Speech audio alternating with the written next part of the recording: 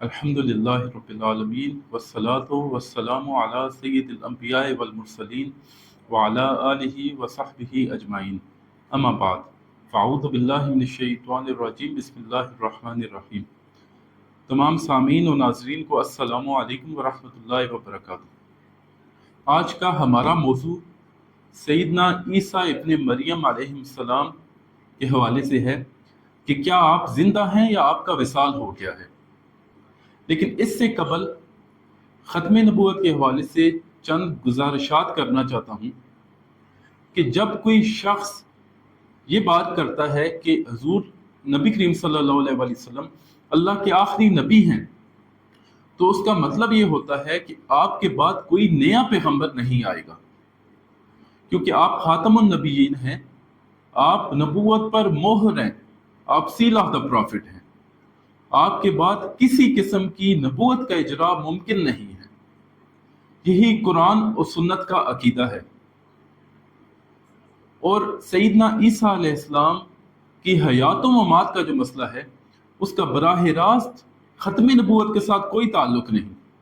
اگر بفرض محال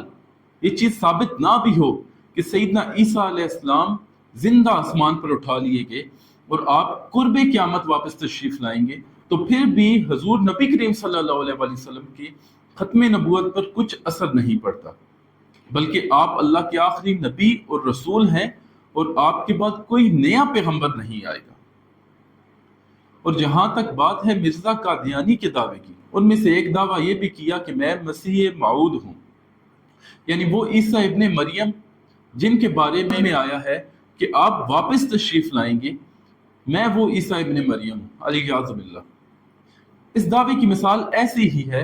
کہ جیسے میں یہ دعویٰ کروں کہ میں علامہ محمد اقبال ہوں، اور جب کوئی مجھ سے دلیل مانگے کہ اس کی دلیل کیا ہے کہ تم علامہ محمد اقبال ہو،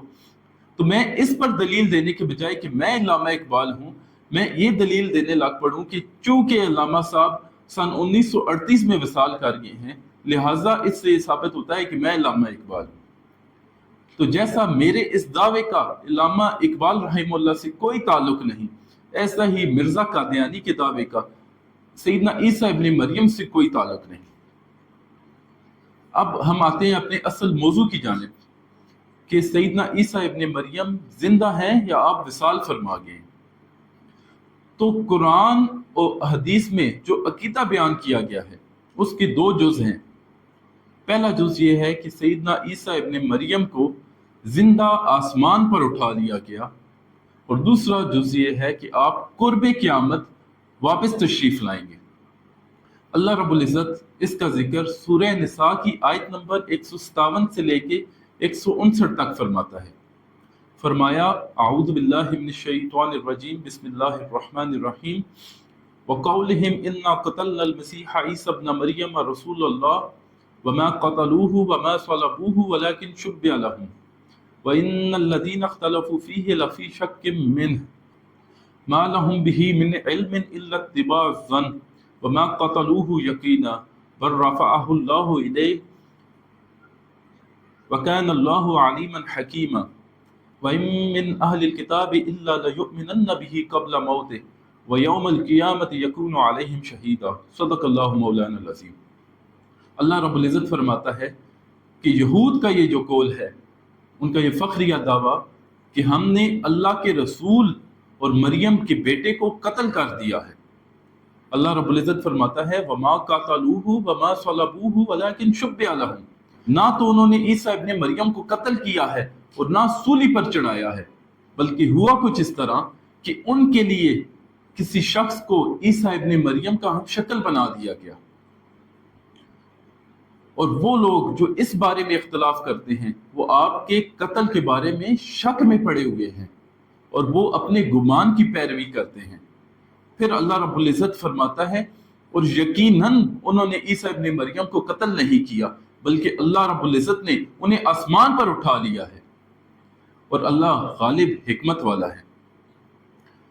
اور پھر فرمایا کہ اور اہل کتاب میں سے کوئی ایسا شخص نہ بچے گا جو ان کی موت سے قبل ان پر ایمان نہ لے آئے، اور قیامت کے دن حضرت عیسیٰ ان پر گواہ ہوں گے۔ اور اس واقعے کو تمام مفسرین کرام نے قرآن پاک کی تفسیر میں ذکر کیا ہے۔ ہوا کچھ ایسے جیسا کہ امام رازی تفسیر کبیر میں لکھتے ہیں کہ یہود کے ایک بادشاہ نے سیدنا عیسیٰ ابن مریم کے قتل کا ارادہ کیا، اور جب کہ حضرت جبریل علیہ السلام ہر وقت عیسیٰ ابن مریم علیہ السلام کے ساتھ ہوتے تھے،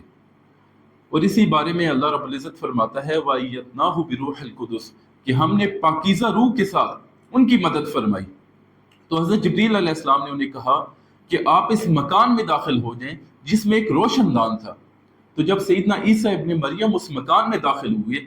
اور یہود آپ کو قتل کرنے کے لیے آپ کے پیچھے اس مکان میں داخل ہوئے، تو اس روشن دان سے اللہ تعالیٰ نے حضرت عیسیٰ ابن مریم کو آسمان کی طرف اٹھا لیا،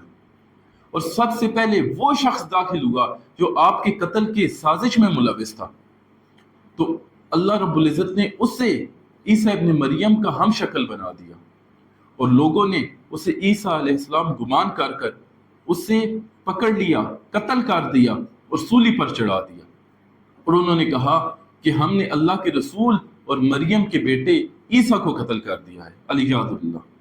تو جب حضور نبی کریم صلی اللہ علیہ وسلم تشریف لائے تو اللہ رب العزت نے ان کے اس دعوے کا انکار کیا اور فرمایا کہ وما قتلوہ وما صلبوہ ولکن شبہ لہم کہ نہ تو انہوں نے انہیں قتل کیا ہے، نہ انہیں سولی پر چڑھایا ہے، بلکہ انہیں شبہ میں ڈال دیا گیا ہے۔ تو یہ وہ مسلمانوں کا عقیدہ ہے کہ حضرت عیسیٰ ابن مریم کو زندہ آسمان پر اٹھا لیا گیا، اور اسی لیے فرمایا کہ ان کی موت سے پہلے، یعنی قرب قیامت جب آپ تشریف لائیں گے تو آپ کی موت سے پہلے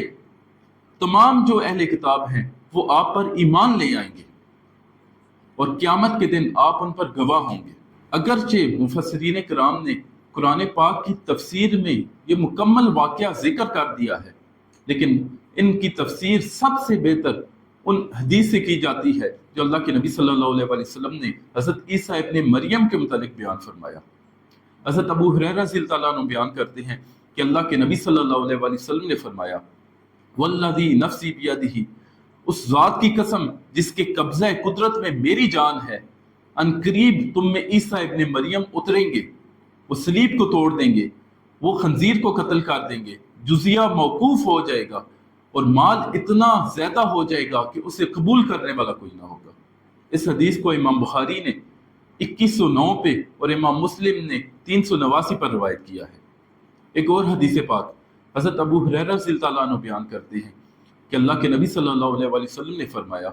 کہ اس وقت تمہارا خوشی سے کیا حال ہوگا کہ جب عیسیٰ ابن مریم تم میں نازل ہوں گے اور امام تم میں سے ہوگا، یعنی امام اس امت میں سے ہوں گے، جیسا کہ احادیث میں آیا ہے کہ حضرت امام مہدی علیہ السلام امامت کرائیں گے۔ تیسری حدیث پاک اللہ کے نبی صلی اللہ علیہ وسلم نے فرمایا قیامت اس وقت تک قائم نہیں ہوگی جب تک عیسیٰ ابن مریم حاکم عادل بن کر نازل نہ ہوں۔ وہ صلیب کو توڑ دیں گے، وہ خنزیر کو قتل کر دیں گے، وہ جزیہ موقوف کر دیں گے، اور مال اتنا زیادہ ہو جائے گا کہ اسے قبول کرنے والا کوئی نہ ہوگا۔ ایک اور حدیث پاک میں حضور نبی کریم صلی اللہ علیہ وسلم نے فرمایا کہ جب اللہ رب العزت عیسیٰ ابن مریم کو بھیجیں گے تو وہ دمشق کی مشرقی جانب ایک سفید مینار کے پاس دو زرد رنگ کے کپڑوں والے فرشتوں کے بازوؤں پہ ہاتھ رکھ کے نازل ہوں گے، اور جب آپ سر نیچے کریں گے تو پسینے کے قطرے ٹپکیں گے، اور جب آپ سر اوپر اٹھائیں گے تو موتیوں کی طرح کے قطرے ٹپکیں گے، اور جس کافر تک آپ کی خوشبو پہنچے گی اس کے لیے زندہ رہنا ناممکن ہو جائے گا، اور آپ کی خوشبو منتہائی نظر تک جائے گی۔ آپ دجال کا پیچھا کریں گے اور باب لد پر اسے پالیں گے اور قتل کر دیں گے۔ اللہ کے نبی صلی اللہ علیہ وسلم نے فرمایا ایک اور حدیث پاک میں کہ عیسیٰ اور میرے مابین کوئی نبی نہیں۔ آپ نے فرمایا وہ جب آئیں گے وہ اسلام پر لوگوں سے جنگ کریں گے، صلیب کو توڑ دیں گے، خنزیر کو قتل کر دیں گے، اور اللہ رب العزت اس وقت تمام دینوں اور ملتوں کو مٹا دے گا اور صرف اسلام باقی رہ جائے گا۔ ترمذی کی حدیث پاک میں آتا ہے کہ پھر آپ کا وصال مدینہ منورہ میں ہوگا اور مسلمان آپ کی نماز جنازہ پڑھیں گے، اور آپ کی قبر حضور نبی کریم صلی اللہ علیہ وسلم کے ساتھ آپ کے روضہ مبارک میں ہوگی۔ تو یہ چند وہ علامات اور نشانیاں ہیں جو اللہ کے نبی صلی اللہ علیہ وآلہ وسلم نے سیدنا عیسیٰ ابن مریم کے متعلق بیان فرمائی۔ اب ان احادیث کی روشنی میں وہ علامات اور نشانیاں جو بیان کی گئی ہیں ان پہ ذرا نظر ڈالیں کہ آپ دو فرشتوں کے ساتھ دمشق کی مشرقی جانب سفید مینار کے پاس نازل ہوں گے، آپ صلیب کو توڑ دیں گے، آپ خنزیر کو قتل کر دیں گے، آپ جزیہ موقوف کر دیں گے، آپ دجال کو پائیں گے اور اسے قتل کر دیں گے، اسلام کے علاوہ تمام دین مٹ جائیں گے اور مدینہ منورہ میں آپ کا وصال ہوگا اور حضور نبی کریم صلی اللہ علیہ وآلہ وسلم کے روضہ اقدس میں آپ کی قبر ہوگی۔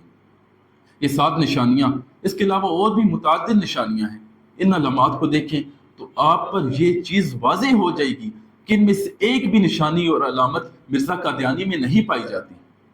جو اس کے کذب پر صراحتاً دلالت کرتا ہے۔